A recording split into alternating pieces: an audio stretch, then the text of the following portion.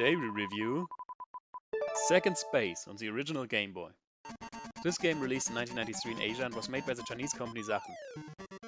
This game is an unlicensed Game Boy game. The genre of the game is hard to describe. I would call it a Pac-Man clone. You play as a car, the levels have white blocks and black blocks.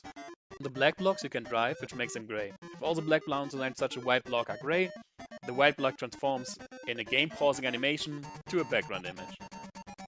That's it, you can just move around.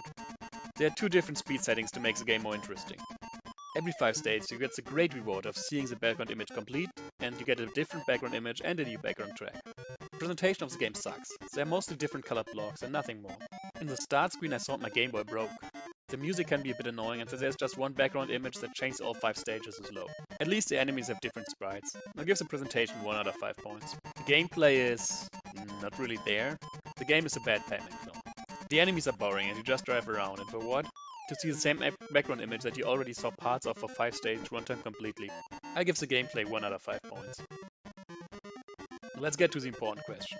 Would I recommend playing the game? No. It is barely a game. I get why that didn't get licensed. It sucks. I give the game overall 1 of 5 points because it is working. B-Rally Championship Edition on the original Game Boy. This game is a port of a PlayStation 1 game, was developed by Vilas in Dubai, and released exclusively in Europe in 1998. B-Rally is a racing game. You always start at position 10, and if you're doing good at dodging the obstacles that spawn beneath and sometimes on the street, you will catch up to the other cars and make your way to position 1. The game features 4 playable cars with different stats and 10 maps. The maps have different streets, background images and obstacles. Some tracks even have special weather. In England, for example, it rains. There are 2 modes, Arcade and Championship. In the Arcade mode, you play in every level a few different tracks and you need to survive by reaching certain checkpoints before your time runs out. If you pass, you unlock the next level. To save, the game uses a password system. In the Championship mode, you play different tracks and you get points depending on your position and your time. The game looks great. In the selection screens, the cars rotate and have a 3D look to them. The tracks all look nice and have unique obstacles. Tracks even have little mountains to go up. You can do jumps and have an accident with an animation. We are talking about the original Game Boy. For that console, the graphics are perfect. The background music in the menu is nice, but sadly there's no background music during the driving. I give the presentation 4.5 out of 5 points. The gameplay is very arcade-like. You try to take the curves good and avoid the obstacles without losing speed, and from time to time you pass a car. If you have an accident, most likely the other car will overtake you again. The maps and cars all feel a bit different from each other, and the game is a lot of fun. The other cars feel more like obstacles and checkpoints and not really like other drivers, but that is often the case in such arcade races. I give the gameplay 4 out of 5 points. Let's get to the important question. Would I recommend playing the game? Yes. Woo! This game is getting everything out of the hardware of the Game Boy. Try it, it's a lot of fun. If you're missing the colors, then try the Game Boy Color version. We didn't review it yet, but I'm sure we will somewhere when the lucky wheel decides so. Card game on the original Game Boy. This game with the at the same time clear and unclear title was developed by Marionette and released exclusively in Japan in 1990. In this early Game Boy game you can play 3 different card games, 5-card draw poker, blackjack and page 1. Additionally, you can let the game tell you your future. We will do that on later. I'm very happy with the presentation. It is an early Game Boy game, but all the important information is all the time visible, and that while keeping the screen clear. The cards are easy to see, and in page 1 you can see the direction, the multiplayer to draw hand cards, and the wish towards the suit should change. There's even background music during playing. Not even all Game Boy Advance games have that. I think the presentation is doing nothing too special, but a very solid job. I give the presentation 3 out of 5 points. The gameplay is what you expect. The card games were good and you have a high score showing your winnings. The game even comes with a 2-player hot seat mode. A score cannot be saved. Only thing that was hard to figure out was how to save page 1 before playing the second to last card in page 1. It is by holding the select button while playing the card. If you don't do that, you need to draw 3 more cards again. I give the gameplay 3 out of 5 points. Before we get to the important question, let's see my fortune.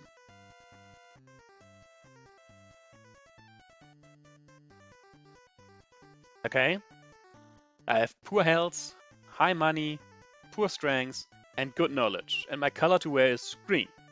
In total, my fortune is sad man. At least I got high money. I knew that channel will be a success. Thank you, Card Game, for proving it. If you want to see your own fortune, write in the comment and I'll add Card Game also to your fortune. Let's get to the important question. Would I recommend playing the game? I guess. If you want to play poker, blackjack or page 1 on the Game Boy, then sure, it is a well-made version of that. But it is exactly that. Not more, not less. I give the game 3 out of 5 points. Gekiden 2, also known in the US as Bonks Revenge, and BC Kid 2 in Europe on the original Game Boy. This game was developed by Red Company and released 1994 with different titles in Japan, the US and in Europe. The game has extra colors on the Super Game Boy, and that's also the version you see in this review. It is a sequel to Gekiden 1, Bonks Adventure, or BC Kid 1, depending on the region. Apparently the world's split in half and it is for you to save the world, I guess. Besides the intro and the outro, there's literally no story. You play Bonk, a caveman baby that uses his head to defeat enemies. You can run, jump, headbutt, climb and crawl.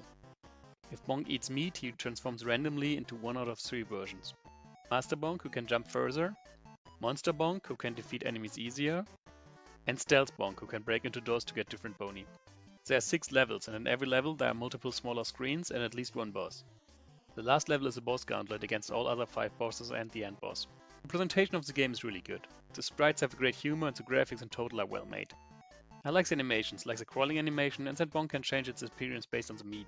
The music is okay. That the UI has that cave look to it, and that little Bonk sprite when you press pause shows that the game was made with an eye for details. I give the presentation 4 out of 5 points. The gameplay is really fun, and the controls work good. I always felt in control of Bonk during my playthrough. The lack of a story is a little problem, because you go from one level to the other and suddenly you are underwater or in a cave or on a train, but you have no idea why. I like that they put a lot of variety in the levels, but sometimes it felt like the levels are not using the mechanics very well. The most levels are very easy, and while they have settings like underwater or in space, which change the physics a bit, the game never really felt different to play. The same problems exist with the upgrades. Because it is random which one you get, the levels never use their abilities much. The bosses are mostly beaten by spamming the attack, and it is a bit disappointing that the final level is a boss gauntlet of the previous bosses. In such a short game, it took me around 1 hour to finish it, I don't need to see the same bosses twice. The last level is also the most difficult, because you will run someone out of lives. And after that you start near at the beginning of the level. Besides the problems, the game is a fun playthrough. I give the gameplay 3 out of 5 points. Let's get to the important question. Would I recommend playing the game? Yes. It's a fun short playthrough and worth the hour it takes. I give the game overall 3.5 out of 5 points. Contra Spirits, also known as Contra the Alien Wars in the US and Probotector 2 in the EU, on the original Game Boy. This game was developed by Factor 5 as a port of the SNES version and released in 1994 in the US and Japan and in 1995 in the EU. In this review you see the Super Game Boy version that added a few colors and better sound.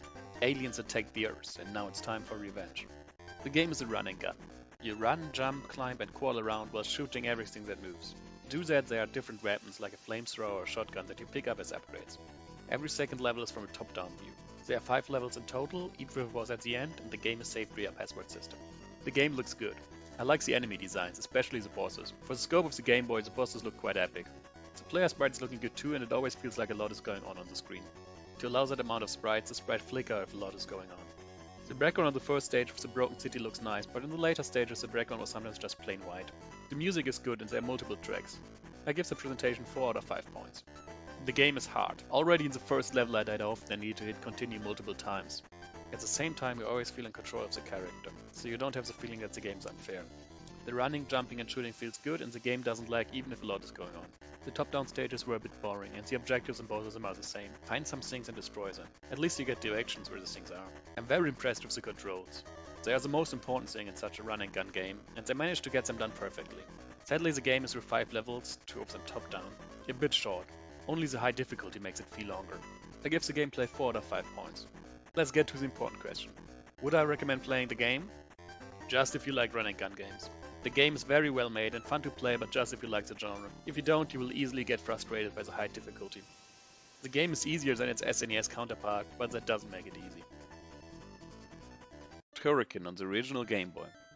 This game was developed by the Code Monkeys and released in the US and Europe in 1991. It is a run and gun game in which you shoot yourself through 10 levels killing aliens. The levels are quite big and more free roam with different ways to go.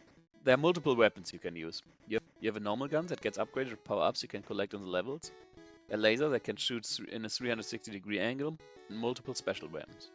The most unique special weapon is turning yourself into a buzzsaw. The game looks okay. In the most levels you just have a plain background, also the foregrounds are mostly very basic. The player sprite is fine, but nothing special. The enemies can be hard to see, they are often just like a pixelated mess. Later in the levels at play inside you have some basic but cool looking backgrounds. Total can be difficult to see what's going on. I give the presentation 2 out of 5 points. The gameplay has some issues. While the normal running and shooting is fine, you can just shoot up with the laser, but to activate the laser you need to press and hold shooting, and in that time you cannot move. A lot of enemies come from up and hitting them is difficult.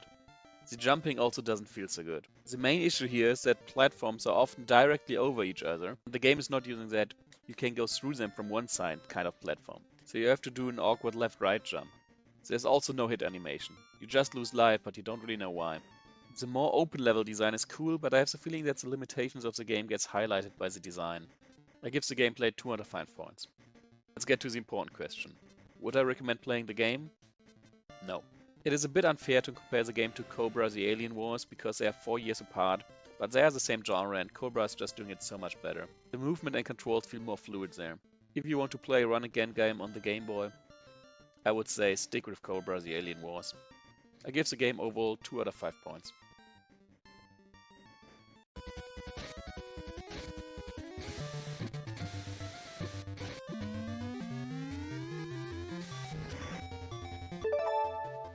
Ultraman Chou Toushi Gekiden on the original Game Boy. This game was developed by Angel and released in 1994 exclusively in Japan. The footage for this review is from the Super Game Boy version that added extra colors and better music.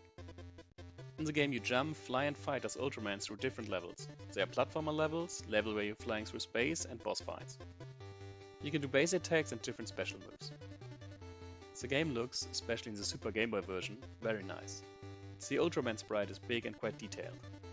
The level designs on the other hand are very basic. One problem is that the enemy render distance is too short. Even enemies that should be on your current screen are not always visible if you're too far away. The music is great, it's upbeat and always pushing you forward. I give the presentation 3 out of 5 points. The game is fun. The levels have some variety and never overstay their welcome. Before you get annoyed by a level, it is already over. The jumping feels a bit floaty and the fights can be won by spamming, but they're still fun. The game is with 25 minutes very short. I give the gameplay 3 out of 5 points. Let's get to the important question. Would I recommend playing the game? Yes. It got some clear issues, but it's a short and fun playthrough. I give the game overall 3 out of 5 points.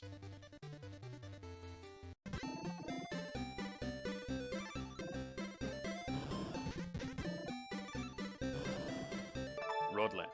Also known in Japan as Yusei Monogatari Rodland on the original Game Boy. This game was developed by Eurocom and released 1993 in Europe and Japan. In this port of an arcade game, you play as one of two sisters and try to rescue your mother. All the story there is one small screen. You can walk, climb ladders and attack the enemies with your wand, slamming them against the ground. When you kill an enemy, it drops a weapon that activates directly when you pick it up. If you collect all flowers or kill all enemies in a level, you go to the next one. The game looks okay. The sprites of the two playable characters and also the sprites of the enemies look good. The level backgrounds are easy but look fine. The foreground in these levels have nothing special. The game has some music that is running all the time. The music can get annoying, but is in general not bad. I give the presentation 2.5 out of 5 points. The gameplay is very arcade-like, and it reminded me a bit of the original Donkey Kong. You always just have one screen as a level and the objective is quickly done, which lets you continue to the next screen. Sadly, there's not much gameplay. The levels all feel very samey, and the game was not much fun. I give the gameplay 1 out of 5 points. Let's get to the important question. Would I recommend playing the game? No, I don't think it's worth to play. I looked at the arcade version of the game and I think it's a good port of that. It was just not a good arcade game, or it didn't age very well. I give the game overall 2 out of 5 points.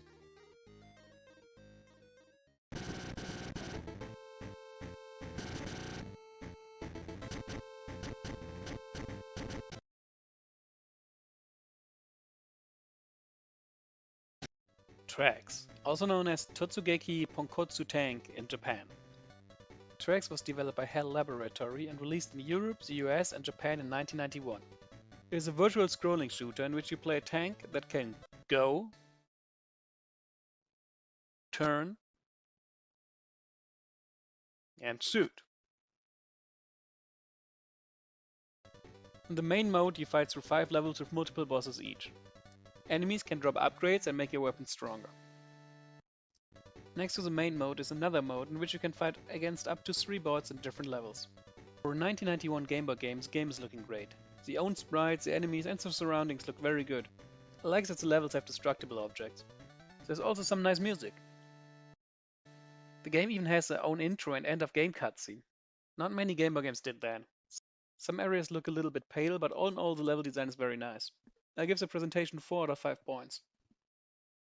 The gameplay is what you would expect from a vertical scrolling shooter. You drive, mostly up, and shoot at everything you find. The upgraded weapons are nice, but mostly you don't feel so much stronger with them. The basic cannon is quite strong, especially when you're close, since the game lets you shoot again as soon as the old projectile is destroyed. The game has one big flaw. It slows down when a lot is going on. There's often a lot going on, so it slows down quite a lot, which is a shame. Besides that, the game works fine. The game is also quite short with just 5 levels, and a big part of the last level is a boss gauntlet of the previous bosses. It gives the gameplay 4 out of 5 points. Let's get to the important question. Would I recommend playing the game? Yes. It is a short 25-minute playthrough, but a fun one. The slowdown is a shame, but besides that, the game is really good. I give the game overall 4 out of 5 points.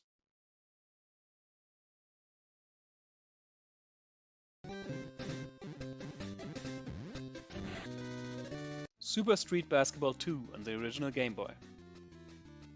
This game was developed by C-Lab and released in 1994 exclusively in Japan. In this review, see the Super Game Boy version that added extra colors and better music. It is a game about street basketball in which you choose different players and play 3 vs 3 or 1 vs 1 basketball matches. Every player has different sprites and stats. There are no season or story mode, just an exhibition-like mode in which you choose your own team and the opponent's team to play against each other.